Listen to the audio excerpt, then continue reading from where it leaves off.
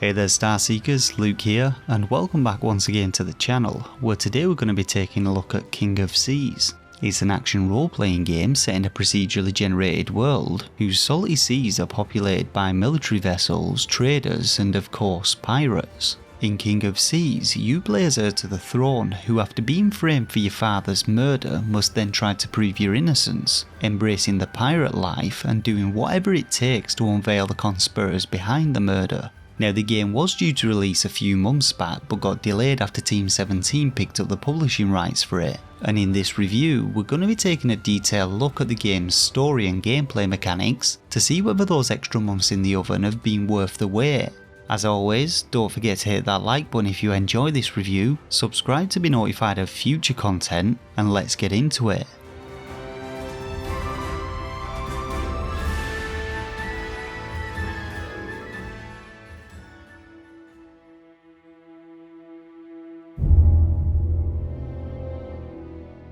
So King of Seas is finally released on all platforms, and you can get it on the UK Switch eShop for £19.99 or from the US eShop for $24.99. Now the game kicks things off with a nice animated cutscene which provides us with some backstory to the game's world, explaining that the pirates that once dominated it were defeated in battle by the Navy. Following this victory, the Navy created an impenetrable fortress and established the Kingdom of the Seven Seas. The surviving pirates fled to the borders of the kingdom, and now you are heir to the throne on which your father currently sits as king. It's worth noting that while the intro cutscene is fully voiced, the in-game story is purely text-based, so you're going to have to do plenty of reading to keep up with this one.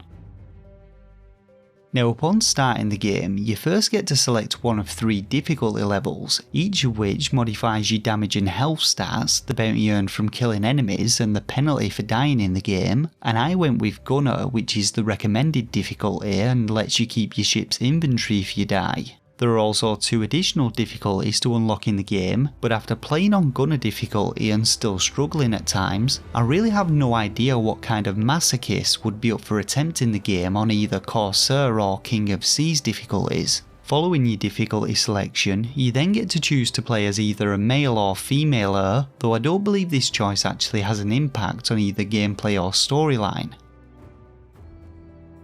So the opening 30 minutes of King of Seas introduces you to the game's controls and kicks off the game's story with a bang, as your father is assassinated whilst you're away, and upon returning you're stopped by the Navy, accused of his murder, and then Captain Henry orders them to sink your ship, leaving you for dead. Luckily for you though, a band of pirates comes to your rescue, and so you agree to join them and assist them with all things piratey, and in return they are willing to assist you with clearing your name. Now before we get into any actual details on gameplay, I will admit that I haven't yet finished the storyline, and so I haven't experienced everything which King of Seas has to offer, but of what I have experienced of the story, I can't admit to being overly impressed. Now the story itself is actually pretty decent, but the missions into which it's implemented aren't the best, and it really felt as though the developers were dragging things out with the objectives of these missions. In one of them I had to obtain 160 medicines, which meant trawling the seas for flotsam or earning gold to buy them from ports. Another saw me collecting 100,000 gold, which again involved more grinding, and another required me to hit level 35 before I could continue onwards, which once again required a lot more grinding. At this point, I'd already dedicated about 10 hours to salvaging items from floating crates and shipwrecks, completing tons of side missions and destroying enemy vessels, all of which reward you with experience points. It's worth noting that I'd also allocated skill points which increased my experience gain by 20%, so just bear in mind as we continue on with this review that gameplay in King of Seas involves a lot of repetition and grinding. So the controls in King of Seas are relatively simple, but there is a decent amount of depth to the movement and combat mechanics, so just bear with me as I run you through them. Now the steering of your ship is handled by the left thumbstick, while the L and R buttons open and close your 3 sails, with each open sail increasing your movement speed. Moving faster reduces your ability to turn, so in order to perform tighter turns you have to close up your sails to drop your speed, but the wind direction indicated by the arrow on the compass in the top right corner also has an impact on your movement speed. Now there are 5 ships available in King of Seas, from the swift but fragile brig to the slow 30-cannoned galleon, and your ship's vitals are shown here as 3 coloured bars, with each ship having different base values depending on the size. The blue bar indicates the condition of your sails, the red bar your ship's hull, and the yellow your ship's crew, and taking damage to one of these impacts your ship in different ways. For instance, losing your sails results in slower movement and loss of manoeuvrability, losing your crew reduces the number of cannonballs you fire, and losing all of your hull will see you sink into the bottom of the ocean. Now when it comes to the game's combat, you're able to fire your left and right cannons with the ZL and ZR buttons, and you're able to switch between 3 different ammo types. Each ammo type deals more damage to one of the aforementioned vitals, and I thought this added some additional strategy to the game's combat. In addition to your standard attacks, you also gain access to 4 different abilities, and these are allocated through equipment salvaged from wreckages or bought from the carpenter's shop found in ports. These abilities prove invaluable in combat and range from all-out offensive powers like a flamethrower or fireworks which damage enemies in an area, to more defensive abilities providing temporary immunity to damage or a shield which absorbs a portion of incoming damage. And each ship has its own selection of unique abilities which can only be used with that specific vessel. I actually found the combat in King of Seas to be pretty enjoyable. I liked how you couldn't just rush head on into most battles and had to play strategically, utilising the terrain and your abilities to overcome enemies, but I did often struggle in anything but one-on-one fights, and I usually had to head back to a port and repair after every battle, which did become a little monotonous.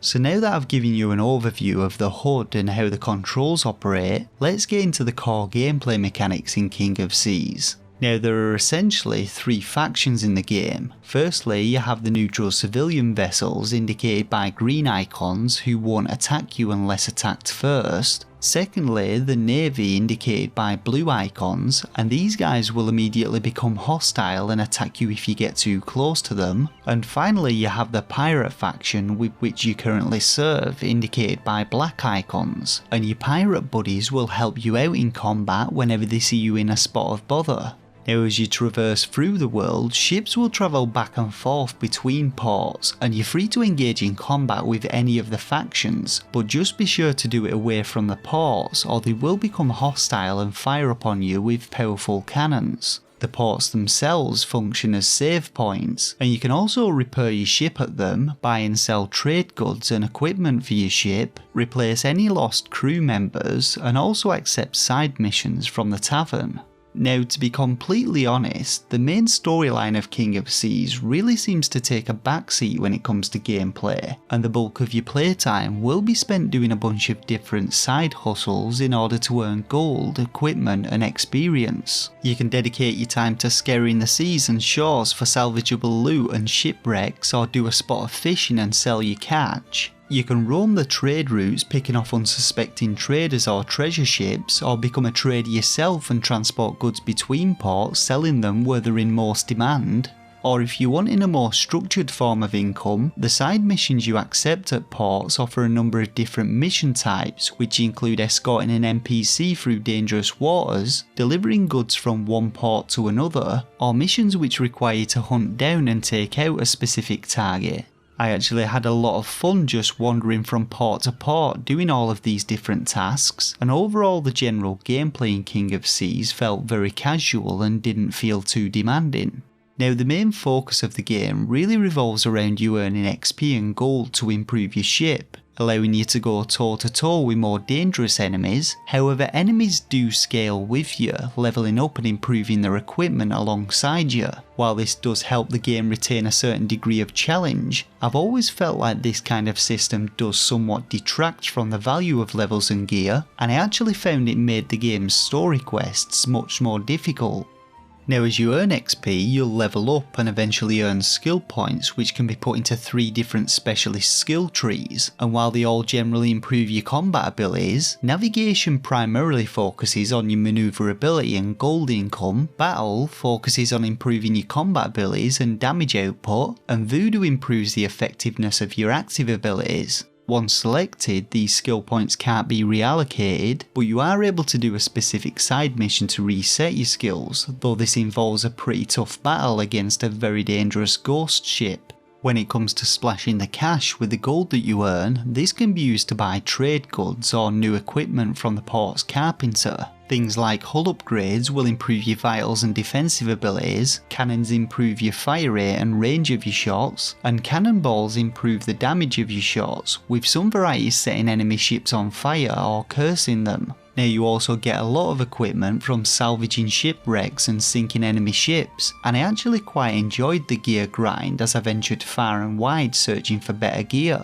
There's a wide variety of equipment in the game, each of which changes the appearance of your ship, and similar to the Diablo games, equipment is randomly generated and comes in different rarities, and it was always a bit of a thrill to find a rare purple or legendary yellow piece of gear. Now there has been a lot to cover in this review, and while I have left out a few details such as the day-night cycle, dynamic weather and treasure maps, I'm not entirely sure how much more King of Seas has to offer. Despite me having already played over 10 hours, I'm still only a short way into the actual story, and my next mission is going to see me taking down some navy forts to re-establish the pirate outposts, which may change things up a little, but even with the addition of this mechanic, I can't really see the general grind of the game deviating much from its established formula. Now overall I quite enjoyed playing King of Seas, but I don't think there was a strong enough emphasis put on making the story missions feel any different from the standard side missions, and overall the game feels more like a sandbox RPG than anything else. While the randomly generated world adds variety and makes each playthrough feel unique, the way in which islands seem to be placed in a grid-like formation makes the world feel unnatural, and there wasn't anything particularly memorable about any of the locations, save for a few key locations like Tortuga or the pirate home base. One final point on world generation is that the in-game map is completely blank to start with, and instead of uncovering it as you go along, you have to actually buy pieces of it from the cartographer, and I didn't really like this mechanic either. Now I'll finish this review by touching on the visuals and audio. Starting with the visuals, the game actually looks pretty decent. The world has a kind of cartoony vibe to it, and while the Switch version doesn't have the fidelity of other platforms, the textures still look pretty good. I also have to admit that I was half expecting to run into a bunch of frame rate issues, but overall the game ran very smoothly, and I only experienced the occasional frame rate hiccups, likely due to the game loading new areas in. On the audio side of things, the game actually sounds really good. We get some nice ambient sound effects which breathe life into the environment, the cannons give off a nice boom when you fire them, and I liked the way the game's music wasn't constantly playing, and only really piped up when something dramatic was occurring such as combat or a storm. In all, King of Seas is a decent pirate game and there's plenty of fun to be had with it. If you're wanting to explore a pirate themed sandbox world, scour the seas for loot and engage in strategic ship-on-ship combat, then the game certainly has you covered. But if you're looking for a deep story driven game with uniquely scripted events, then I can't really say that you'll find it with King of Seas. Now when it comes to my own personal rating of the game, I'm going to be giving King of Seas 3 out of 5 stars. King of Seas offers many hours worth of content, and while you'll likely spend a lot of that time repeating the same types of tasks, it's still an enjoyable and engaging gameplay experience, and it's well suited to the casual gamers amongst us. And that's about it for this in-depth review of King of Seas on the Nintendo Switch. Don't forget to hit that like button if you enjoyed it and it helped you out. Let me know your thoughts on the game and whether you're going to be picking it up in the comment section below. And finally, if you enjoy this type of content, then consider subscribing to the channel as I upload new Switch game reviews and content every few days. For now though, I just want to thank you all once again for watching, and until next time, take care of yourselves and game on.